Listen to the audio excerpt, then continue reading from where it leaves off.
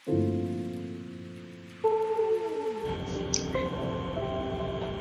lagi ya, Mbak Salsa Putri, terima kasih atas pertanyaannya. Jadi kalau soal keamanan kita seperti akan bertanya juga, apakah kita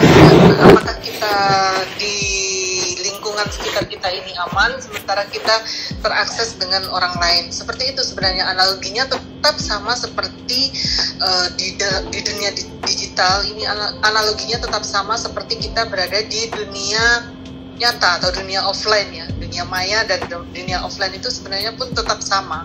Ketika kita berada di dunia offline, kita juga apakah kita ini benar-benar aman? Mungkin kalau kemarin ancaman dari virus kita sudah menerapkan protokol kesehatan, toh tetap aja ada yang terkena di antara teman-teman kita misalnya. Padahal dia ini sangat menjaga protokol kesehatannya.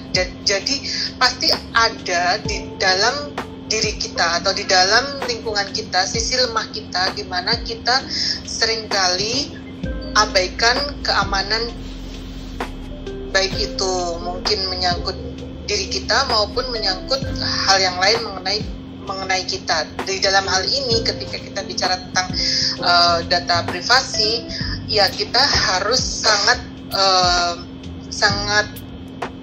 cermat sekali ketika kita akan memasuki sebuah aplikasi. Di sana kita harus cermat untuk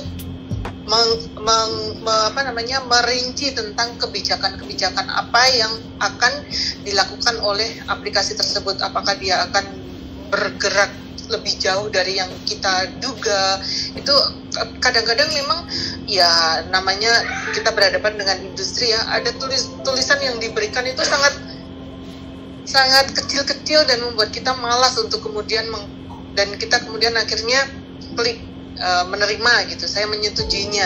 Padahal di sana itu terdapat kesepakatan kita dengan sang aplikator bahwasanya dia kemudian melakukan sesuatu atau bertindak sesuatu.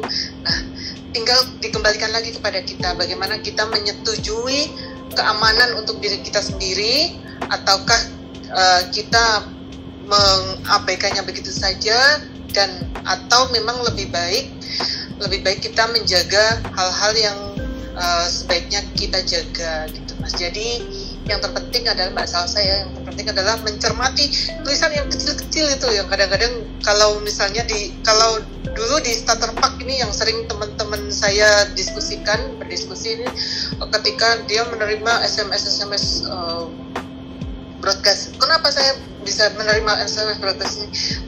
Saya kembalikan lagi starter pack nomor dulu kita nomor GSM itu ya, di situ ternyata ada kesepakatan bahwa kita mau untuk menerima broadcast atau iklan gitu. Nah, demikian juga di aplikasi itu ada kadang-kadang ada yang kita akhirnya kemudian malas untuk membaca satu per poin, bahkan kadang-kadang kan pakainya bahasa Inggris, jadi itu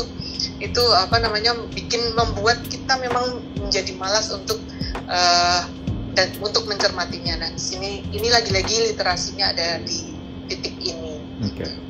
Gitu Mas. Baik, terima kasih banyak Ibu Rita untuk tanggapannya. Semoga bisa membantu ya teman-teman ya. Jadi memang kepentingan kita untuk menjaga keamanan data pribadi kita dan akses-akses yang bisa digapai oleh pihak luar itu sepenuhnya tergantung kepada keuletan kita untuk mengetahui secara spesifik, karena kalau secara legal mereka sudah memberikan yaitu dari terms and condition yang panjang lebar sekali di awal. Namun tidak dapat dipungkiri memang lokasi dan juga data kita tuh sangat-sangat dibutuhkan bagi setiap aplikasi untuk mereka lebih bagus lagi memberikan pelayanan dan juga untuk mengkerucutkan apa sebenarnya yang disukai oleh pelanggannya. Jadi pilih-pilih saja barangkali untuk aplikasi yang digunakan, pastikan yang resmi, pastikan yang memang sudah banyak reviewnya, dan semoga saja data kita juga kita harapkan kedepannya lebih terjaga dengan aman lagi, khususnya di Indonesia karena baru-baru ini ada isu-isu yang mengkhawatirkan ya.